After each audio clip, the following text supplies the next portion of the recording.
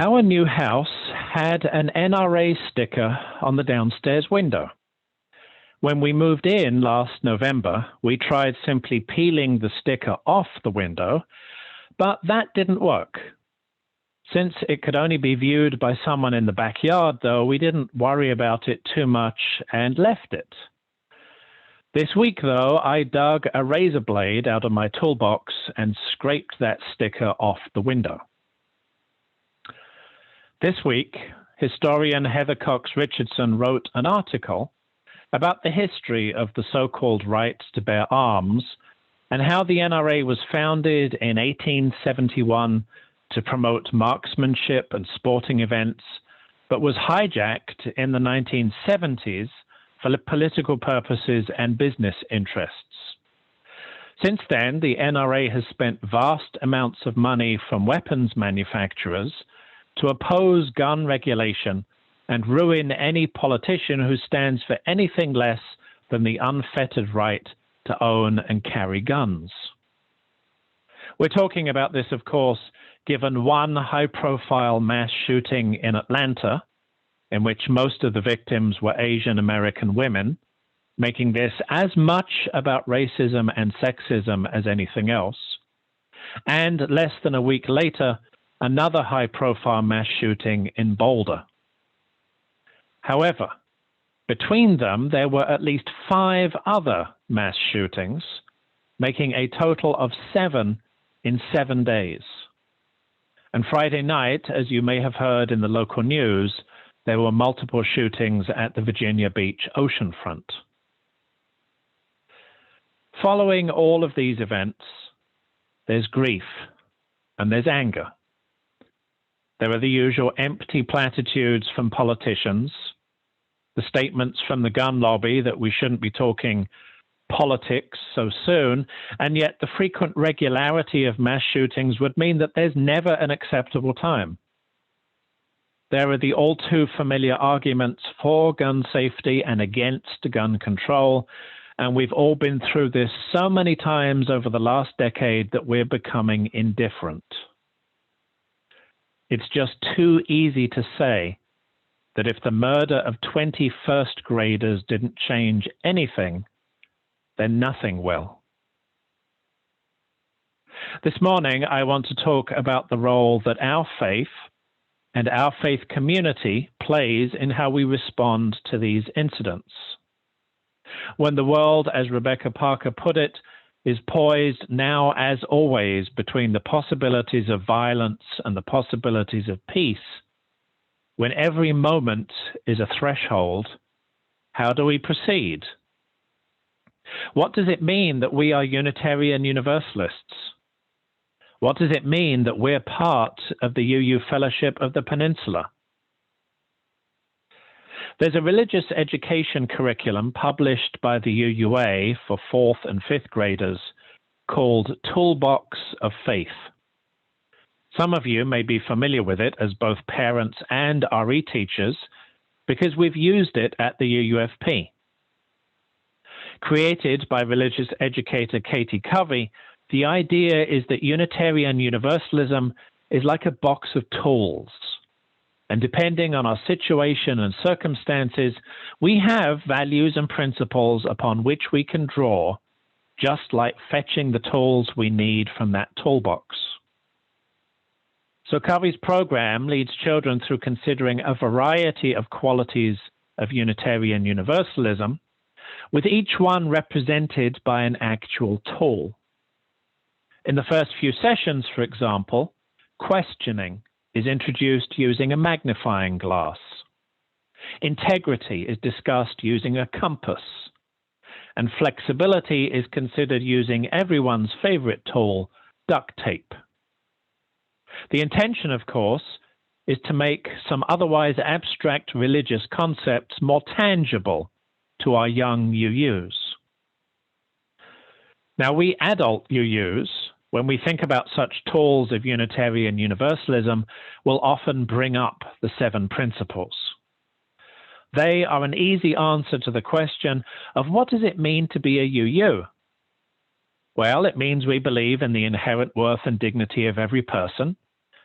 and justice, equity, and compassion in human relations, an acceptance of one another and encouragement to spiritual growth, and a free and responsible search for truth and meaning, and the right of conscience and the use of the democratic process, and the goal of world community with peace, liberty, and justice for all, and respect for the interdependent web of all existence of which we are a part.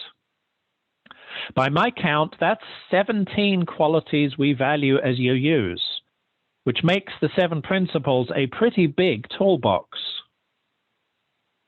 However, while we might think about what it means to be a UU in terms of the 7 principles, that's not actually their intent. Rather, the 7 principles are about what it means to be a UU congregation. That's because the 7 principles are part of the covenant that UU congregations make with one another to form the UUA. There's language in the UUA bylaws that introduces the 7 principles, and it says, "We, the member congregations of the Unitarian Universalist Association, covenant to affirm and promote."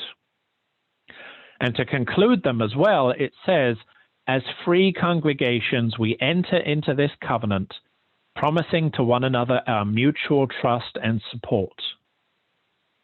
The 7 principles are about what it means to be a UU congregation, to be in covenant with other member congregations of the UUA. Now, there's nothing to say that individual UUs can't affirm and promote the 7 principles too, but they don't actually define what it means to be a Unitarian Universalist. And they don't define what it means to be part of the UU Fellowship of the Peninsula either. We do, however, have principles, if I may call them principles, that are uniquely ours at the UUFP. They're specific to us rather than being generically UU. There are 4 of them, and they are grow in wonder, connect in love, engage in service, and inspire generosity. And you know them because they are our UUFP mission. A mission should be short, to the point, and memorable. And I can tell you that it is because when we were in the process of officially adopting our mission a few years ago, Joanne set it to the tune Frère Jacques, or Are You Sleeping? And she sang it to the children in services one morning, just like she did for us this morning. That evening, I heard my daughter, who was maybe 5 at the time, I heard her singing it, and she was getting most of it right. A mission should also be something that can be used to assess, measure, and judge, yes, I said judge, everything we do. You've heard the saying, perhaps Sufi or maybe Buddhist, that before you speak, your words should pass through 3 gates. At the first gate, ask yourself, is it true? At the second gate, ask, is it necessary? At the third gate, ask, is it kind? Well, we can do that with our mission. With everything we do at the UUFP, we can and should ask, how does it help us grow in wonder? How does it help us to connect in love? How does it help us to engage in service? How does it help us to inspire generosity? And it shouldn't be a surprise that our mission is central to our covenant too. As explained to us by the staff of the UUA's Southern region, when it comes to our congregational life, our covenant explains how we will live our mission through our relationships with one another.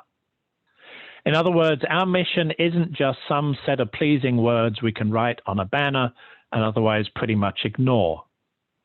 Rather, our mission defines us as the UUFP, and it shapes everything we do as a congregation. So think of the tools that our mission gives us to do that. What's in the toolbox that is special to us as the UUFP?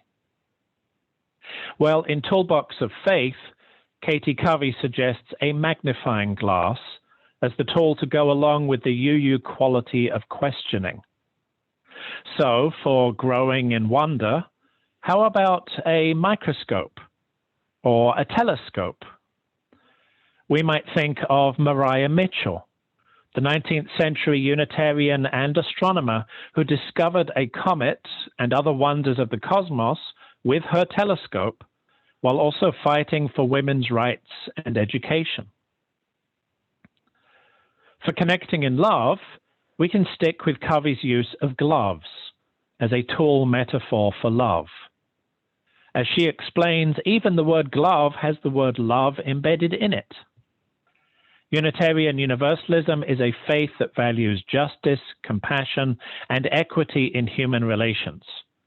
We recognize many different ways to express love, just like there are many different types of gloves.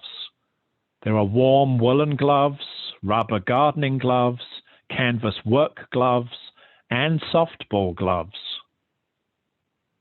For engaging in service, I suggest a tray, as used to carry food and drinks. Covey has a water bottle to represent the spirit of life, but I'm thinking of an entire tea set, since there's more than one way to engage in service. Or perhaps it's a thali tray, as you might enjoy in Indian cuisine, with a number of bowls of different foods so that all of the flavors are represented. And for inspiring generosity, I suggest that the metaphorical tool is a chair, and not just because it's Passover and it's important to leave a seat for Elijah. Leaving room for an unexpected guest, or being willing to add one more chair to the table, that's just good hospitality at any time of year. To recap, when it comes to our UUFP mission and keeping it in mind as a box of tools we use, growing in wonder could be represented by a telescope, connecting in love can be gloves, engaging in service can be a tray, and inspiring generosity can be a chair. And how can these tools help us to respond to last week, or for that matter, last year? Within ourselves and within the gathered community, Loretta Williams reminds us, we will discover the strength not to hide in indifference. Certainly growing in wonder, connecting in love, engaging in service, and inspiring generosity are complete opposites of indifference. But what do these tools help us to do? Well, a telescope is for observing and learning about things we might not otherwise see.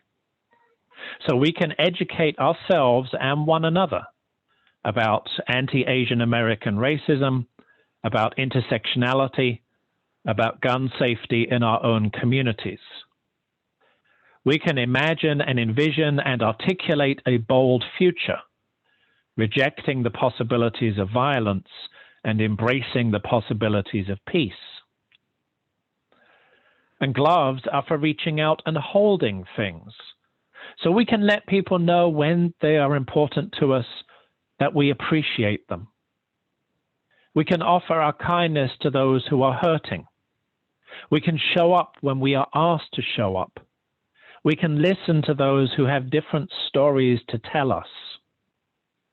We can practice self-love, caring for ourselves in the face of grief, anger, and isolation. We can invite neighbors and friends to join us on the journey of beloved community. A serving tray is for bringing someone something that they need. So we can let our representatives know that they have our support in doing the right thing. We can help those who need and want our help. We can apply our own skills and abilities to make the world a better place for those on society's margins so that all of our children have a better tomorrow. And a chair is for giving someone a seat at the table. So we can work to keep the franchise open to as many people as possible, so that politicians are actively representative of the people. We can share our blessings with others who can do with them what we cannot. We can move from worrying about scarcity to sharing in the abundance of creativity and the human spirit. Of course, your mileage, as the saying goes, may vary. Not everyone uses the same tools in the same way, and that's perfectly okay. What matters is that we work with them and do what we can. As Loretta Williams said, in the struggle is the hope for the future. There is always another threshold, another door to open, another gate to unlock, another bridge to build, another ramp to repair. So what matters is that we apply the tools we have to find the best way forward we can. So I ask you, how do you translate our UUFP mission into practical tools that you can use? How do these tools support the work of the committees and task forces on which you serve? How are they reflected in the programs you lead and in which you participate? What does growing in wonder mean to you? Not just as something you experience, but as something you can encourage in others. How do you connect in love when it comes to kindness, compassion, and healthy boundaries? What are the ways in which you can engage in service, offering help to those who need and want help? And how are you inspiring generosity, not simply being generous yourself, but encouraging it in others too? Unlike the 7 principles of the Unitarian Universalist Association, our mission is uniquely ours as the UU Fellowship of the Peninsula. It reminds us where we are going as a religious community, and it tells us how to get there. As individuals, some parts of our mission may speak to us more than others, and that's not only okay, it's a good thing. For this congregation is enriched and made beautiful by all of us who are called to grow in wonder, and by all of us who are called to connect in love, and by all of us who are called to engage in service, and by all of us who are called to inspire generosity. What matters is that together we are using all of the tools that this faith and this congregation have given us, so that together we can make our tomorrows become our todays. May it be so.